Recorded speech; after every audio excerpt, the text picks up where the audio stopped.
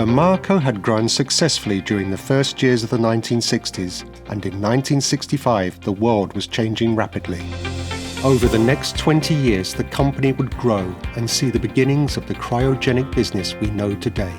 For Demaco, this meant the breakthrough from local agricultural tools to industry. Between 1965 and 1985, Demaco was focused on three business branches: steel construction, machine construction, and heating infrastructure. In those days, before Demaco became the global player it is today, the company based its activities only in the Netherlands. Boots Friets, a fries producer from Purmerend, was one of Demaco's main clients for Dortmund tanks. Here we see the production and transport of such a tank. The so-called Dortmunder was used as a voetschrapper to remove the production fat from water. Demaco successfully produced and delivered many of these units for Boots Friets. Years of experience in the agricultural sector had paid back. Demaco's name became synonymous with quality and reliability in the market. This conveyor belt machine was a very popular product during the 70s, as were these peelers and washers. One of the end users was Komen and Kalm. Steel constructions were also a very profitable business activity in the 1970s. Several agricultural businesses and big Dutch companies asked Demaco to produce and deliver a large number of steel structures. Greenhouses were also booming, and Demaco decided to concentrate on the installation of the boiler houses and the connecting heating infrastructure for this sector. While steel construction and heating infrastructure remained an important part of the business focus, Demaco shifted more and more towards the machine construction, which was the initial activity of the company, all under the watchful eye of the founder's wife, Ans. In 1960, toen zijn we natuurlijk begonnen en daarna is het uitgegroeid naar de Smeedsweg. Ik was daar dus gewoon continu aanwezig. Ik deed de boekhouding in het begin, tikte de offertes uit, schreef de rekening uit en later verzorgde ik de kantine, heb ik altijd gedaan.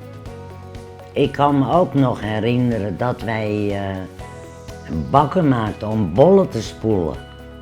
En die werden dan getest in de sloot naast de werkplaats. Of hij wel goed dicht was.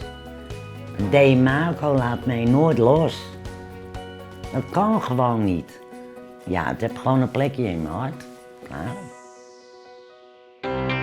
Projects became more complex. So big in fact that even the police was needed sometimes to accompany the products being shipped from the Demaco workshop. Here we see an oven for a fries company in West Germany being shipped in 1979. The oven consisted of two parts, a cover 6 meters wide, 8 meters long and 4 meters high, and the actual oven which weighed 25 tons. At this time the company was mainly involved in agricultural products, but during the 1970s Demaco started to receive orders from different branches of industry.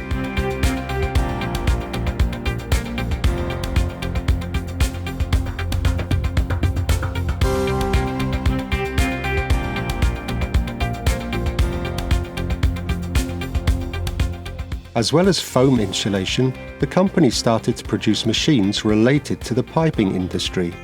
The quality delivered by Demaco did not go unnoticed. That's why orders for products which would be shipped abroad quickly followed.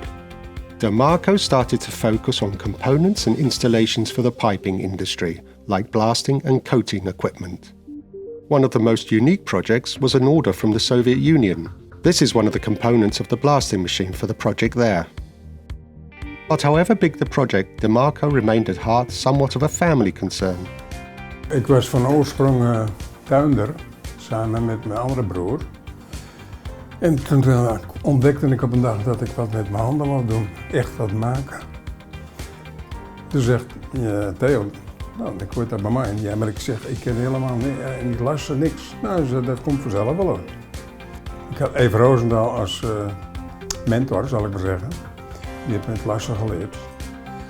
En later gingen we ook met Eve mee op montage. En ja, dat was een fantastische tijd. We hebben verschrikkelijk hard gewerkt, maar ook verschrikkelijk gelachen. Ja, En ja, van het een kwam het ander. Je had natuurlijk de eerste machinebouw en toen die spanten. Nou, uiteindelijk dus cryo, dat is natuurlijk een heel ander item, maar het was een fantastische, dat vind ik het knappe van Theo en van Ronald uiteraard, maar dat ze die switch gemaakt hebben. Ze waren altijd aan het innoveren als het ware. En dat vind ik dat is heel belangrijk.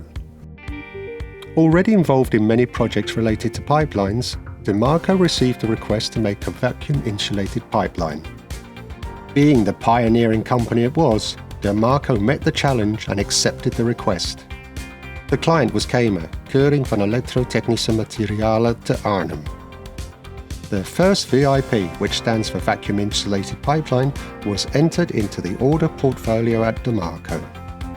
No one could dream that this was an event that meant that hereafter the company would never be the same again.